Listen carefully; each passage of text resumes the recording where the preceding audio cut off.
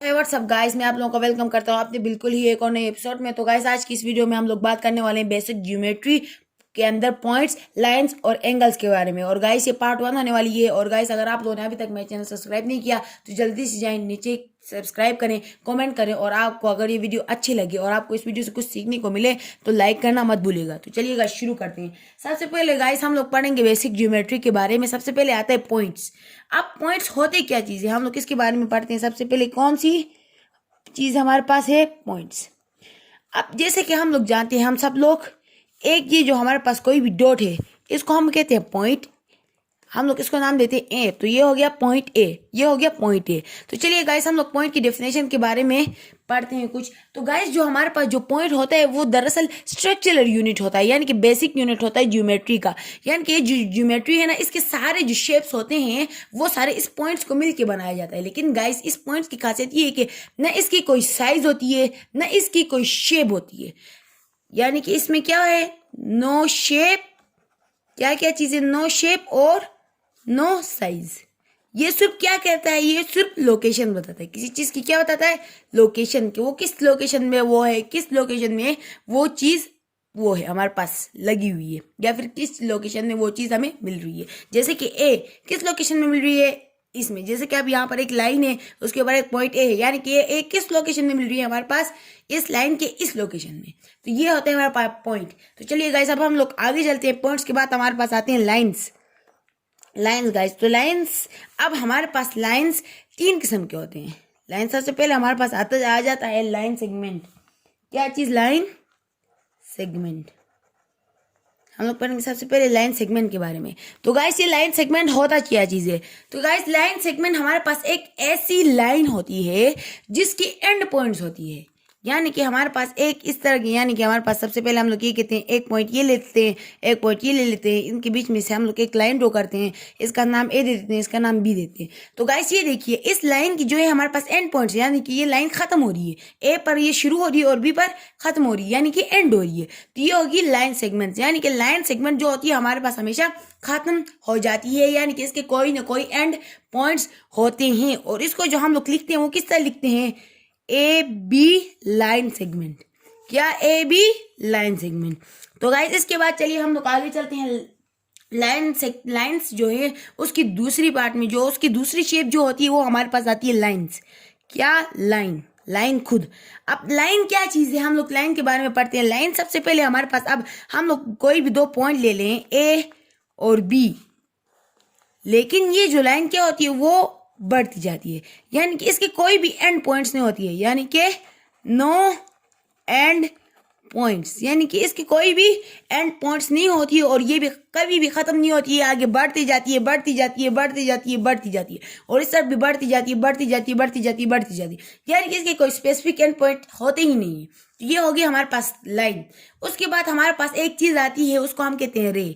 कौन सी चीज, रे। ये होती है तीसरी चीज जिसको हम नाम देते हैं रे। अब रे क्या चीज होती है, रे होती है एक ऐसी चीज जो कि, जैसे कि अब मैं आपको बताता हूं। अब हमारे पास एक पॉइंट है ए, दूसरा पॉइंट है बी। ये हो गया पॉइंट ए और पॉइंट बी। अब हमारे पास रे एक ऐसी चीज होती है जिसका एक एंड पॉइंट होता है लेकिन दूसरा एंड पॉइंट नहीं होता। जैसे कि एक एंड पॉइंट होता है, दूसरा एंड पॉइंट नहीं होता।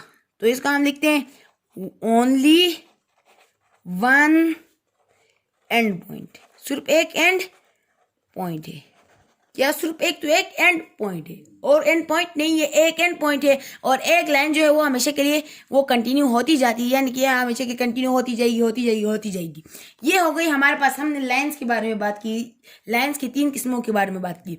इसके बाद हम लोग आगे चलते हैं, बात करते हैं इंटरसेक्टिंग लाइन्स के बारे में। क्या, इंटरसेक्टिंग लाइन्स के बारे में। अब इंटरसेक्टिंग लाइन्स क्या होती है, हम लोग उसके बारे में जानते हैं। सबसे पहले इंटरसेक्टिंग लाइन्स, अब यानी कि कोई भी 2 लाइन्स हमारे पास, मैं आपको शेप बना के समझाता हूँ। सबसे पहले हमारे पास कोई भी 2 लाइन्स ले लें आप, ए एंड बी, और दूसरे भी लाइन्स ले लें जिसका नाम हम दे देंगे सी एंड डी। क्या, सी एंड डी। अब ये लाइन्स एक जगह पे हमारे पास मीट कर रहे हैं, क्या कर रहे हैं, मीट कर रहे हैं। अगर कोई भी दो लाइंस किसी भी जगह पर मीट कर लें तो उनको कहते हैं क्या, इंटरसेक्टिंग लाइंस। यानी कि किसी भी जगह पर मीट कर सकते हैं, उनको कहते हैं इंटरसेक्टिंग लाइंस। तो ये हो गया हमारे पास इंटरसेक्टिंग लाइंस। और एक और दूसरे भी फॉर्म्स होते हैं इंटरसेक्टिंग लाइंस के। अब ये जो है वो भी हमारे पास एक इंटरसेक्टिंग लाइंस है, दो लाइंस है। ये हमारे पास दो लाइंस है, ये भी इंटरसेक्टिंग लाइंस है, ये इनका भी कोई मसला नहीं है। अब मैं आपको बताता हूँ दो कोई और लाइंस के बारे में भी। सबसे पहले एक इस तरह का लाइन और फिर एक इस तरह का लाइन। क्या ये गाइस, क्या ये इंटरसेक्टिंग लाइंस हैं कि नहीं है, क्या ये इंटरसेक्टिंग लाइंस है कि नहीं है, हम लोग ये जानते हैं। सबसे पहले तो इस वक्त तो हमें ऐसा लग रहा है कि इन दोनों में कोई भी पॉइंट कॉमन नहीं है, तो ये इंटरसेक्टिंग लाइंस नहीं है। लेकिन गाइस नहीं, ये भी इंटरसेक्टिंग लाइंस है, क्योंकि लाइन का हमारे पास मतलब क्या था, ये आगे हमेशा के लिए कंटिन्यू होगी। जब ये कंटिन्यू होगी तो फिर यहाँ पर क्या होगा, एक इंटरसेक्टिंग पॉइंट आ जाएगा। तो गाइस अब हम लोग ये जानेंगे कि ये इंटरसेक्टिंग लाइंस के बारे में तो हमने तो जान लिया। अब हम लोग जानेंगे पैरेलल लाइंस के बारे में। किस चीज के बारे में, पैरेलल लाइंस के बारे में। अब ये पैरेलल लाइंस होते क्या चीजें, पैरेलल क्या चीज है हमारे पास, लाइंस। कौन से लाइन, पैरेलल लाइंस। अब हम लोग बात करेंगे पैरेलल लाइंस होते क्या चीज है और ये क्या चीज है। तो चलिए गाइस आगे चलते हैं कि पैरेलल लाइंस हमारे पास सबसे पहले एक ऐसी लाइंस होती हैं जिनको आप इंटरसेक्टिंग लाइंस जो है उनके अपोजिट कह सकते हो। इंटरसेक्टिंग लाइंस में हमारे के पास क्या होते थे, दो लाइंस आपस में क्रॉस होकर कोई भी पॉइंट कॉमन होता था। लेकिन ये जो लाइंस है हमारे पास पैरेलल लाइंस, इनमें कोई भी साइड कॉमन नहीं होती है। जैसे कि मैं आपको कोई एग्जाम्पल देता हूँ। जैसे कि ये लाइन है हमारे पास, ये हो गई ए बी लाइन, ये सी डी लाइन। यानी कि ये ऐसे लाइंस है जो कि आप इनको जहां तक भी एक्सटेंड कर लो, यानी कि जहां तक भी एक्सटेंड कर लो, ये कभी भी इंटरसेक्ट नहीं करेंगे। इन लाइंस को हम कहते हैं पैरेलल लाइंस। क्या, पैरेलल लाइंस। सबसे पहले इनमें क्या करेंगे, ये लोग कभी भी मीट नहीं करेंगे, नेवर मीट, कभी भी मीट नहीं करेंगे। और फिर उसके बाद जो हमारे पास बात आ जाती है वो होती है कि इक्वल डिस्टेंस। क्या, इक्वल डिस्टेंस। यानी कि जहां भी हो, चाहे यहाँ यहाँ यहाँ यहाँ यहाँ यहाँ यहाँ यहाँ, इस पैरेलल लाइंस के बीच में हमेशा क्या होगा, इक्वल डिस्टेंस। अगर इस पैरेलल लाइंस के बीच में थोड़ा कम डिस्टेंस या ज्यादा डिस्टेंस हो जाएगा तो वो कहीं ना कहीं जाके मीट कर जाएंगे। इसीलिए हमेशा क्या होते हैं, इक्वी डिस्टेंस होती है, यानी कि इनका डिस्टेंस हमेशा इक्वल होता है। तो चलिए गाइस हमने पैरेलल लाइंस के बारे में तो जान लिया। अब हम लोग आगे चलते हैं और जानते हैं एंगल्स के बारे में। तो आगे हमारे पास है एक टॉपिक एंगल्स के बारे में। अब ये एंगल्स होते क्या चीज है, हम लोग एंगल्स के बारे में बात करते हैं। एंगल्स जो है सबसे पहले वो हमारे पास एक, जो अगर कोई दो रेस, यानी कि रेस के बारे में हमने पढ़ा था जिसका एक एंड पॉइंट होता है और दूसरा एंड पॉइंट नहीं होता है।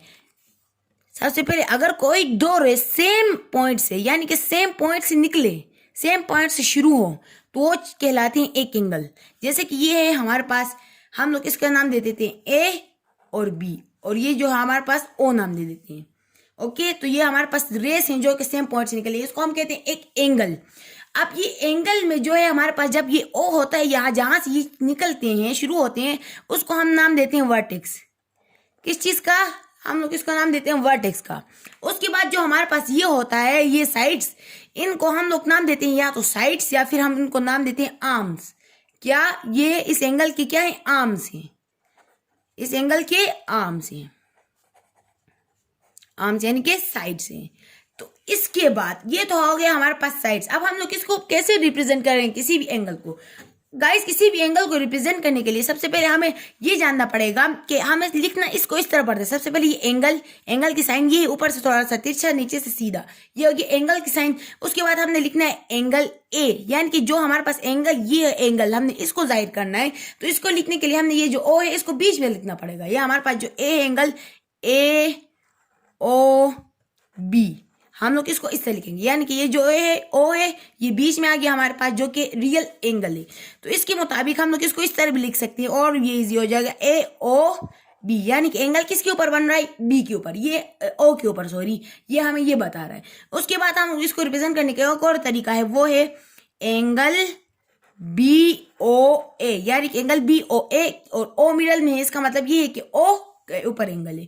और फिर सिमिलरली हम लोग इसको लिख सकते हैं बी ओ ए, इस तरह एंगल, ये भी हम लोग लिख सकते हैं। तो फिर गाइस अगर जब हमें पता हो कि कोई स्पेसिफिक उसके बाद में बात कर रहे हैं, हम लोग कोई स्पेसिफिक एंगल के बारे में या फिर हम लोग कोई स्पेसिफिक ट्रायंगल के बारे में बात कर रहे हैं, तो तब हम लोग ये भी लिख सकते हैं इसको एंगल ओ, सिर्फ एंगल ओ, जब हम लोग किसी स्पेसिफिक उसके बारे में बात कर रहे हो तब, और फिर उसके बाद एंगल ओ। तो चलिए गाइस, अब हम लोग बात करते हैं इंटीरियर पॉइंट्स और एक्सटीरियर पॉइंट्स के बारे में। अब जो इंटीरियर पॉइंट्स होते हैं वो हमारे पास आते हैं यहाँ पर। अगर यहाँ पर इन दोनों के इस एंगल के आर्म्स के बीच में कोई भी पॉइंट हो, ये कहलाता है इंटीरियर पॉइंट, और बाहर होती है कहलाता है एक्सटीरियर पॉइंट। यानी कि अगर ये इंटीरियर पॉइंट यहाँ भी हो सकता है, कैसे? क्योंकि ये जो हमारे पास है ये रेस है, और रेस हमेशा के लिए आगे चलती जाती हैं और ये सारा ये कवर कर देते हैं, यानी कि ये भी इंटीरियर पॉइंट हो जाएगा। यहाँ पर बाहर जो वो एक्सटीरियर पॉइंट हो जाते हैं। तो ये हमने बात की इंटीरियर और एक्सटीरियर पॉइंट के बारे में। अब हम लोग बात करते हैं एंगल्स के जो डिफरेंट टाइप से उसके बारे में। तो गाइस, सबसे पहले हमारे पास जो टाइप आ जाता है एंगल का वो होता है एक्यूट एंगल। कौन सा angle? Acute angle. Acute angle की हम लोग बात करते हैं। सबसे पहले एक्यूट एंगल होता क्या है? एक्यूट एंगल एक ऐसा एंगल होता है जिसकी जो मेजरमेंट होती है वो 0 एंड किससे होती है? जिसकी मेजरमेंट होती है 0 डिग्री, किससे छोटा हो? x, और x किससे छोटा हो? 90 डिग्री से। यानी कि ये सिंपल वर्ड्स में इसका मतलब ये है 0 is less than x degree and x is less than 90 degree. यानी कि कोई ऐसा एंगल हो जो कि 90 डिग्री से छोटा हो और उसके साथ उसका जो एंगल बन रहा हो वो 0 डिग्री से बड़ा हो। जैसे कि हम लोग इसको नाम देते हैं 60 डिग्री का ये एक एंगल है, इसका नाम है एंगल AOB। यानी कि हमारे पास आ जाएगा एक एक्यूट एंगल। क्यों? क्योंकि इसका जो है हमारे पास जो डिग्री है वो 60 डिग्री है, 0 से बड़ा और 90 से छोटा। ये हो गया हमारे पास एक्यूट एंगल। जो हमारे पास दूसरी काइंड आ जाती है एंगल्स की, वो है हमारे पास एक्यूट के बाद अब आ जाता है हमारे पास राइट एंगल। कौन सा एंगल? Right angle. अब राइट एंगल वो एंगल होता है जो कि किसके इक्वल हो? जो 90 डिग्री के एंगल हो, इक्वल हो। यानी कि वो उसका एंगल जो होता है वो 90 डिग्री के इक्वल होता है। चलिए हम लोग बात करते हैं इसके बारे में, वो 90 डिग्री के इक्वल कैसे होता है। सबसे पहले ये हमारे पास एक ये एंगल है, इसको हम लोग कहते हैं कि ये राइट एंगल है। राइट एंगल वो कब होगा? जब इसका जो है ना ये बीच में जो एंगल बन रहा है वो 90 डिग्री का होगा। और 90 डिग्री के एंगल को शो करने के लिए हम लोग ये वाली साइन लगा देते हैं, और ये 90 डिग्री का है AOB, इसीलिए हमने इसको क्या नाम दिया? Right angle. ये राइट एंगल मुख्तलिफ शेप्स में हो सकता है। ये राइट एंगल इस तरह भी हो सकता है हमारे पास, इस तरह भी ये राइट एंगल हो सकता है, इस तरह भी ये राइट एंगल हो सकता है, ये मर्जी है। लेकिन ये सारे क्या होना चाहिए? 90 डिग्री का एंगल बीच में बनना चाहिए, तो तभी वो होगा क्या? हमारे पास राइट एंगल। अब हम लोग चलते हैं नेक्स्ट टाइप की जानिब। जो हमारे पास नेक्स्ट टाइप है एंगल्स की वो है ऑब्ट्यूज एंगल। कौन सी? Obtuse angle. हम लोग सबसे पहले लिख लेते हैं कौन सी टाइप है? Obtuse angles. कौन सी type? Obtuse angles. Obtuse angles के बारे में बात करते हैं। ऑब्ट्यूज एंगल हमारे पास वो एंगल्स होते हैं जिनका लेस, सबसे लेस कौन सा होता है? 90 degree. 90 degree is less than x and s is less than 180 degree. इसका मतलब सिंपल वर्ड्स में ये है कि जो हमारे पास जो 90 डिग्री होगा वो जो हमारे पास जो वैल्यू है उससे छोटी होगी, और वो वैल्यू 180 डिग्री से छोटी होगी।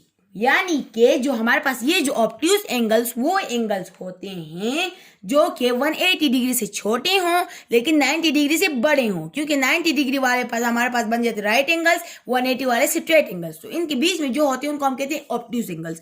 मैं आपको एक ऑब्ट्यूज एंगल बना के दिखाता हूँ। हमारे पास एक इस तरह का एंगल है, इसको हम लोग नाम दे देते हैं AOB। तो ये हमारे पास आ जाएगा कौन सा एंगल? और ये हम लोग इसको कह देते हैं ये 140 डिग्री है। ये 140 डिग्री है। ये 140 डिग्री 90 से बड़ा है, 180 से छोटा है। इसका मतलब ये है कि ये एक ऑब्ट्यूज एंगल है। ऑब्ट्यूज एंगल क्या होता है? हमेशा 90 से बड़ा, 180 से छोटा। ये हमने बात करी ऑब्ट्यूज एंगल के बारे में। इसके बाद हमारे पास एक एंगल आता है, उसका नाम है भाई, उसको हम लोग कहते हैं स्ट्रेट एंगल। कौन सा एंगल? Straight angle. कौन सा angle? Straight angle. Straight angle कौन सा एंगल होता है जो कि हमेशा किसके बराबर होता है? हमारे पास स्ट्रेट एंगल हमेशा 180 डिग्री के बराबर होता है। कौन से? 180 डिग्री के बारे में। मैं आपको इसकी एक एग्जांपल देता हूँ। यहाँ पर हमारे पास एक स्ट्रेट लाइन है, इसकी एक वर्टेक्स है जिसका नाम ओ है, और इस पर जो एंगल बन रहा है वो हमेशा किसका होगा, 180 डिग्री का होगा। एक स्ट्रेट लाइन पे हमेशा एंगल 180 डिग्री का बन रहा होता है, और इस एंगल को हम कहते हैं स्ट्रेट एंगल। इसके बाद हमारे पास आ जाता है लास्ट यानी कि रिफ्लेक्स एंगल। लास्ट जो हमारे पास होते हैं वो होते हैं रिफ्लेक्स एंगल्स। कौन से होते हैं, रिफ्लेक्स एंगल्स। अब रिफ्लेक्स एंगल्स कौन से होते हैं, रिफ्लेक्स एंगल्स वो एंगल्स होते हैं जो कि 180 से तो बड़े होते हैं, 180 डिग्री से तो बड़े होते हैं, और लेकिन वो किसके 360 से छोटे होते हैं। जैसे कि हमारे पास एक इस तरह का एंगल है, हम लोग बात कर देते हैं, एक इस तरह का एंगल है, इसको हम नाम दे देते हैं ए ओ बी, और ये जो एंगल होगा हमारे पास, ये वाला साइड की जो एंगल, ये होगा हमारे पास रिफ्लेक्स एंगल। कौन सा एंगल, रिफ्लेक्स एंगल। और ये हमारे पास है कितने, हम लोग ये लिख देते हैं कि हमारे पास है 220 डिग्री का। ये हमारे पास एंगल किसका है, 220 डिग्री का, और ये 220 डिग्री का है, और लेकिन ये 180 डिग्री से तो बड़ा है, 360 डिग्री से छोटा है। तो इसका मतलब ये है कि जो एंगल्स हैं वो एंगल ए ओ बी है, वो रिफ्लेक्स एंगल है। क्यों, क्योंकि 180 डिग्री से वो बड़ा है, 360 डिग्री से छोटा है। तो ये होगी हमारे पास रिफ्लेक्स एंगल्स की डिफिनीशन। तो गाइस मैंने आपको एंगल्स के भी जो वो है बेसिक इंफॉर्मेशन वो दे दी है। तो गाइस जो अगली पार्ट आने वाली है बेसिक ज्योमेट्री के ऊपर, यानी कि पार्ट नंबर 2, उसमें हम लोग परपेंडिकुलर लाइंस पे जो एंगल्स बनते हैं उनके बारे में, ट्रांसवर्सल के ऊपर जो एंगल्स बनते हैं उनके बारे में, जो हमारे पास कॉम्प्लीमेंट्री सप्लीमेंट्री एंगल्स होते हैं, एडजेसेंट एंगल्स होते हैं, और फिर पॉलीगॉन्स के बारे में हम लोग पढ़ेंगे। उसके बाद हम ट्रायंगल्स के बारे में पढ़ेंगे, और ये सारा हम लोग बेसिक ज्योमेट्री क्लियर कर देंगे।